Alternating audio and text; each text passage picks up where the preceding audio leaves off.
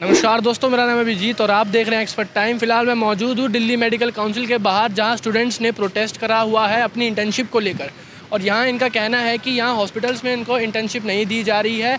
और आइए जानते हैं यहाँ के स्टूडेंट से और बात करते हैं कि उन्हें इंटर्नशिप क्यों नहीं मिल रही है और इसकी असली वजह क्या है। इस इंटर्नशिप के लिए आपने कितने दिनों का वेट करा? 6 महीने का वेट ऑलरेडी हो चुका है ये सब काम जो हम इधर आके प्रोटेस्ट से करवा रहे हैं, ये कोई गलत काम नहीं है, ये हमारा राइट है। हम चाहते हैं जो काम सही से होना चाहिए वो टाइम से हो। और उसके बाद हमारा जो सुप्रीम कोर्ट का ऑर्डर था कि स्टाइपेंड दिया जाए और सीट्स दी जाएं जो बाहर से करके आए हैं उन बच्चों को, ये सब हमारा काम नहीं है, ये सब इनका काम है हमें देना। ठीक है, हम इधर आ रहे हैं, हर दूसरे दिन इधर आते हैं, हम हर दूसरे दिन इनसे रिक्वेस्ट करते हैं कि ये सारा काम हमें करवा के दो। यहाँ तक कि इनके जो काम है, हॉस्पिटल जाना, वहाँ से मेल लेना, दिल्ली सेक्रेटेरिएट जाना, वहाँ से फाइल पास करवाना, ये सब भी हमें करना पड़ रहा है। तो आपने इन सब की कोई कंप्लेंट वगैरह या कुछ इस चीज़ की कंप्लेंट नहीं की? हमने इनसे बहुत रिक्वेस्ट करी। कंप्लेन नहीं कर सकते हम, ठीक है, हम बस इनसे हेल्प मांग सकते हैं। एक्चुअली ये जो हम सारा काम करें यहाँ पे खड़े होने का, ये हमारा काम नहीं है, डीएमसी का काम है, जो कि डीएमसी काम नहीं कर रहे। डीएमसी बोल रहे कि मिनिस्ट्री काम करेगी, मिनिस्ट्री बोल रहे कि सीएम काम करेगी, सीएम बोल रहे कि डीएमसी काम करेगी। तो आप लोगों ने ये बात रखी नहीं कि जब सुप्रीम कोर्ट का ऑर्डर लागू हो चुका है उसके बाद भी आप लोग सीट देने से कैसे मना कर रहे हैं? ये सारी की सारी बातें हमने मिनिस्ट्री में भी कर ली है, ये सारी बातें हमने जो सीएम के पास फाइल गई है उसमें भी लिखी। वहाँ से कोई रिस्पॉन्स नहीं? कोई भी रिस्पॉन्स नहीं है, बातें सिर्फ हमें बातें घुमा दिया जाता है। हम हर थोड़े दिन में जाते हैं, वो बोलते हैं 1 हफ्ता 2 हफ्ता ऐसे करके। मतलब आपको टाला जा रहा है एक तरीके से? जा रहा है, बिल्कुल। हर बार हम जाते हैं तो हमसे यही बोला जाता है कि आपकी फाइल इधर पहुंच चुकी है, उधर पहुंच चुकी है।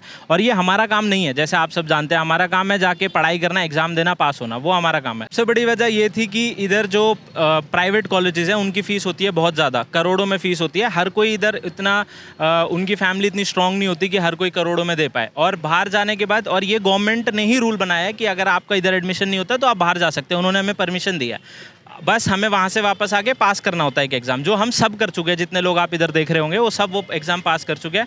उसके बाद हमें मौका दिया जाता है कि अब आप इस हॉस्पिटल में सेवा करो अपने लोगों की। हम वो भी करने को तैयार है, पर हमें उसके लिए भी पैसे नहीं मिलते। तो आपके साथ साथ और कितने स्टूडेंट्स यहाँ पे ये प्रोटेस्ट पे हैं? 250 से ज़्यादा बच्चे इस वक्त फंसे हुए हैं इस चीज़। उनमें हमने ट्राई किया था, उस टाइम पे हमारे मार्क्स उतने नहीं हो पाए थे, तो उस वजह से फिर हमें सेमी गवर्नमेंट या फिर प्राइवेट के लिए जाना था। तो ये हाल सिर्फ प्राइवेट हॉस्पिटल्स का ही है या गवर्नमेंट हॉस्पिटल का भी है? ये हाल सबका है, जितने भी हॉस्पिटल्स हैं दिल्ली में उन सबका यही हाल है। कोई भी अपने बजट निकाल के बच्चों को स्टाइपेंड नहीं देना चाहता है।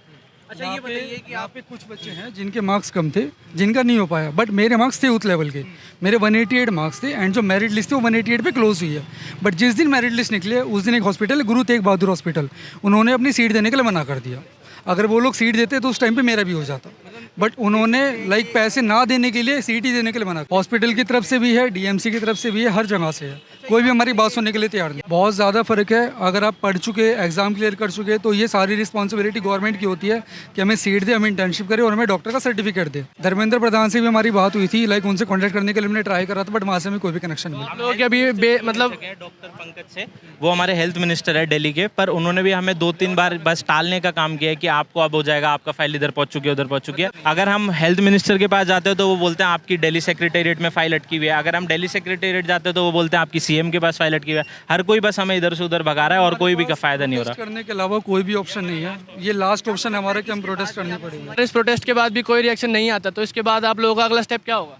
अगला स्टेप सर कुछ भी नहीं हो सकता, बस हम रिक्वेस्ट ही कर सकते हैं कि डीएमसी से और बाकी जितने ऑफिशियल है गवर्नमेंट तो है नहीं सर जो हम लड़ाई झगड़ा करने लग जाए। हम स्टूडेंट हैं, हम बस पीसफुल प्रोटेस्ट ही कर सकते हैं। अब ये ऐसा तो नहीं है कि हम कुछ गलत मांग कर रहे हैं, हम जो भी है वो हमारा राइट है, हम वो भी नहीं मिल सकता तो फिर क्या ही फायदा है। बिल्कुल सेम यही सिचुएशन है। सुप्रीम कोर्ट का ऑर्डर भी ना मान के अगर हॉस्पिटल सीट ना दे रहे तो वो तो दादागिरी वाली बात होगी। सर ऐसा भी नहीं है कि ये ऑर्डर अभी पिछले महीने आया है, ये ऑर्डर ऑलरेडी फरवरी में आ चुका था। उसके बाद आज जुलाई स्टार्ट हो गया, फरवरी से चलो आप फाइल पास करने में आपको मार्च हो गया। फरवरी से पहले बच्चों को क्या नाम है सीट्स वगैरह मिल रही थी?